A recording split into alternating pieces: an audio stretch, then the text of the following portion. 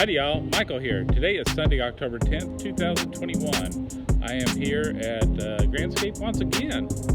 And I just want to check out some stuff around here. Some stuff that's been here since day one, but we haven't really looked at. Come hang out with me. Now there are a lot of new things in Grandscape, and I'm very well aware of that. However, I'm going a little old school with this video. I am filming with my phone. If you recall from the last video, the day at the lake, I had an apology saying my camera needed some repairs. And actually the problem actually showed up on my yesterday's video, just barely. So I do not have my camera right now. I sent it off to Virginia for Canon to repair. They took a look at it and said, yep, it's a problem. So they are replacing my camera with a factory refurb. So that's why I'm on my cell phone again. There are some huge things around here in Grandscape, and I'm very well aware of that, but I didn't want to film it with my camera. I want to film it with, not my camera rather, but not with my cell phone. I want to film it with my camera just so you have a little bit better image, a little bit better experience of what's going on here. Concerning my camera, Canon did a great job. The customer service was great. The website was a little janky at times. I had some issues with that. I tweeted them, they told me to call the tech support again, tell them my issue. A couple days later, I was able to get it all fixed, sent my camera off, which was a very nervous wreck thing to do, to send it off to Virginia, hoping it'll make it there. It did make it there. Since they looked at the camera and they said, yep, it needs repair, we're actually going to recycle this camera and give you another one. So I'm either getting a new camera or a refurb camera, and we'll find out when I get it, but I appreciate them being quick on the response. The only issue I really had was with FedEx switching the delivery date to Saturday to Monday. So that's my experience. Good job, Canon. It's starting to get a little windy here. That's for certain. We got storms coming in. They say that they're going to be bad this time around. So when this video publishes, we may have some severe weather, so y'all hunker down and be safe. I can't complain about this weather coming in for the moment. It is so much cooler here. I didn't share this with y'all, but since September 1st rather, I've been having AC problems at my house. So right now I'm without an AC, and they're going to replace an inside unit. Ouch. So hopefully we can get that in here soon. As y'all know, supplies are pretty limited with all the backlogs of shipping and of course what the pandemic done. So wish me luck, or at least some cooler weather. Scheels has these incredible statues out here, bronze statues, very well detailed, amazingly detailed. Number 21 here. Now we are in Texas. Texas is a big football state, especially high school football, and I've done a couple episodes on that. It is a real thing here. Now Scheels doesn't only sell football gear, obviously. For me, Scheels is a big hunting store, but for somebody else it could be just regular sports, and they pay tribute to a little bit of everything here. And here's a girl swinging. I'm not going to even guess what which iron she's or which wood she's swinging there, but they did tribute to golf as well. Probably the most famous sport around the world here is going to be soccer. At least we call it soccer in America because we have our American football, but most places will probably call it football. And yes, well, that is picking up around here, more so than it has in years past, because there's more people moving into the area and we're getting more of an international taste of everything.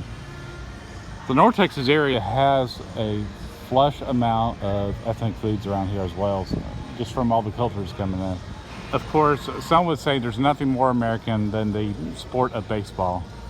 And some would say, yeah, that came from cricket. But baseball is very much an American sport, and it's becoming an international sport as well. Of course, you know, the Japanese leagues are pretty big. The rules are different, but it's still baseball. So I'm here early on a Sunday morning, and I gotta say, this little display right here is a bit noisy. What's amazing about this whole area here is about 5-10 years ago, 5-10 minutes ago, it was still here. 5-10 years ago, this was all cattle fields.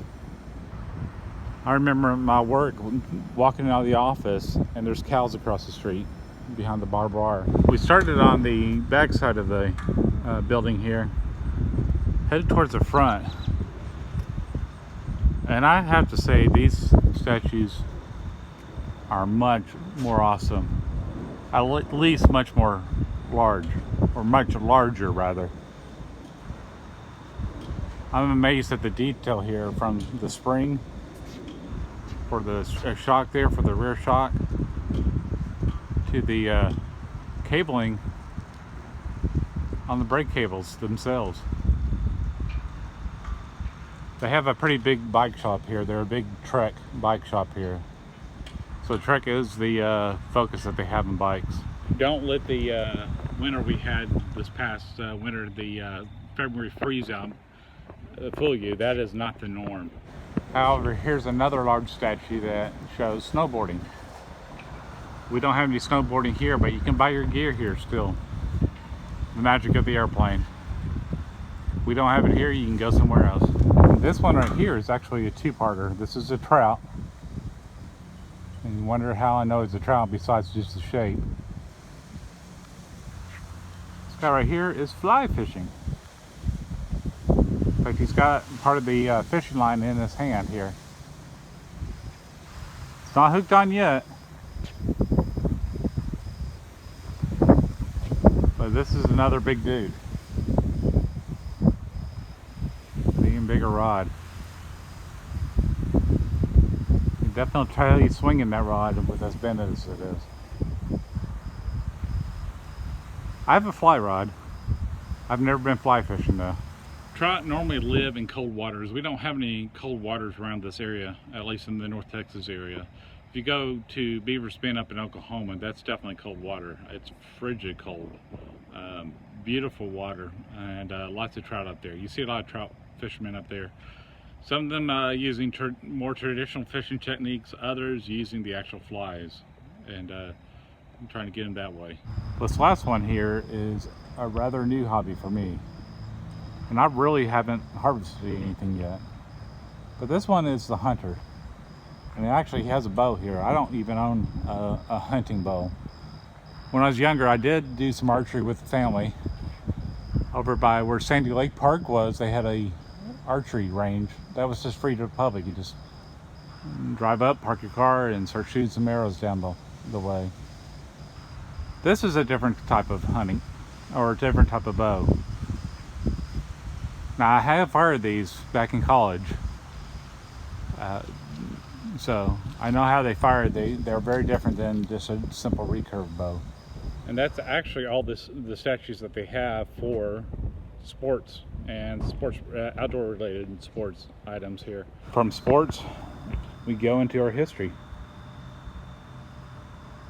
This is Mr. George Washington, first president of the United States as we know it today. However, he was not the first president over here, believe it or not.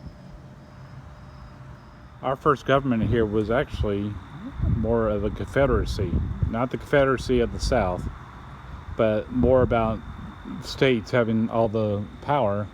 Federal government was pretty weak, but they decided to change it up a bit and have them more united under one federal government, with states having power under that government. It's worthy of a history lesson, but that's going to be another video.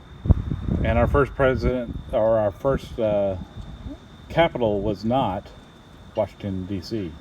Obviously, it wasn't even named Washington, D.C.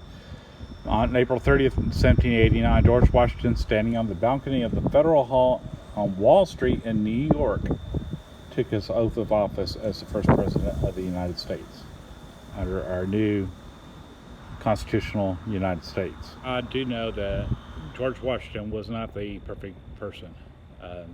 There are some dark parts of his history as well as some light parts. He was instrumental in helping start our country here. That's the truth there. So I don't want to whitewash history, but I just want to share a little bit of it. This next one is probably one of my favorite presidents of all time. Not that he was perfect, not that he did everything right, but he changed his mind on a lot of things. Coming from an era where not every man was equal, he got a little closer to that and was killed for it. Mr. Abraham Lincoln.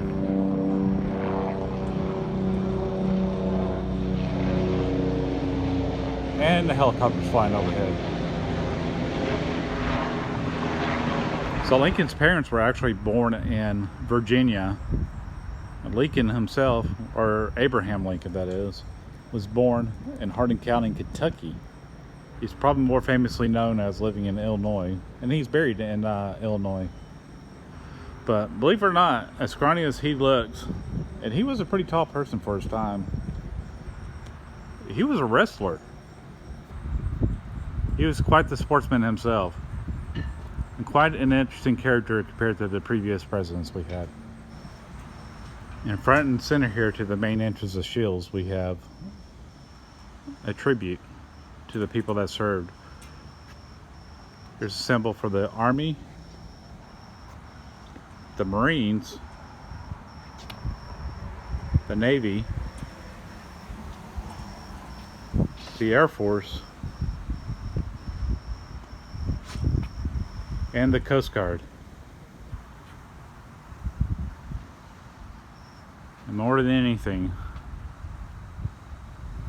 our American soldier. We cannot forget their sacrifice.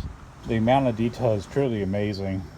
They even have the marks of the ACU camouflage pattern on this statue, putting to the detail of the dog tag in his boot.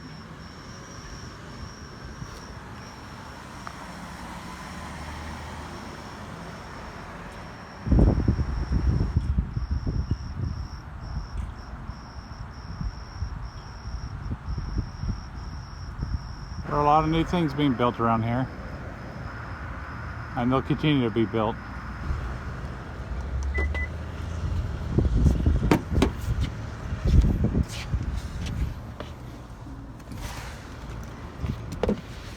Unfortunately, my camera cannot hold a charge. Just gotta bring the battery.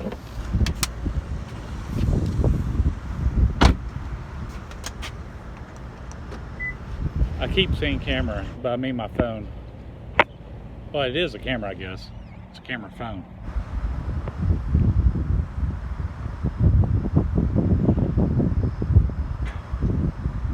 And those statues are only the statues are on the outside of Scheels. They do have some inside. They're not bronze statues, but they're more of an animatronic representation of famous sports stars here. Some other Scheels locations will have like famous people in history. We need to travel to those someday.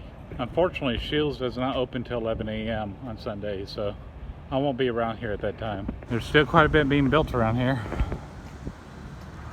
Those are big windows there. Here's my plan for a future episode. This is actually the second Ferris wheel on property. There's one inside in Scheels, but it's a pretty small one. Holy cow, that's huge. Can't even get it in frame.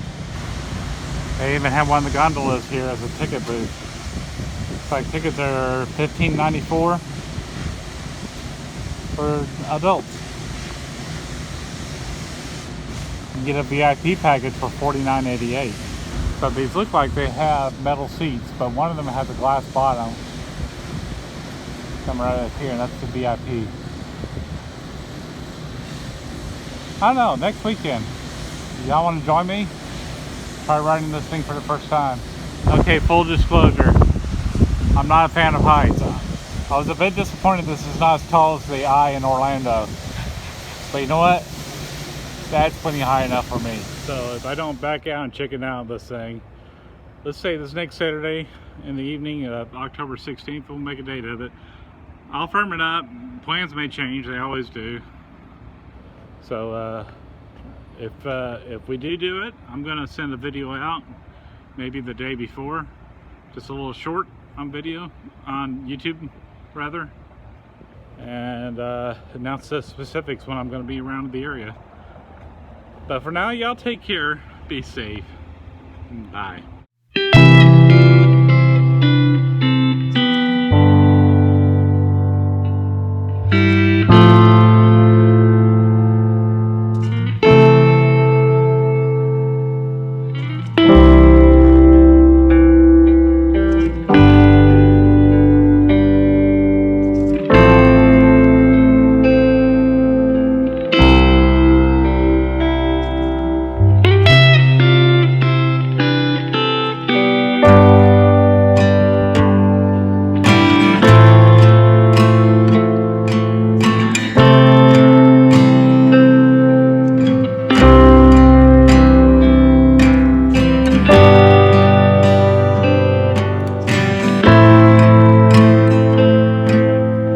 Bye.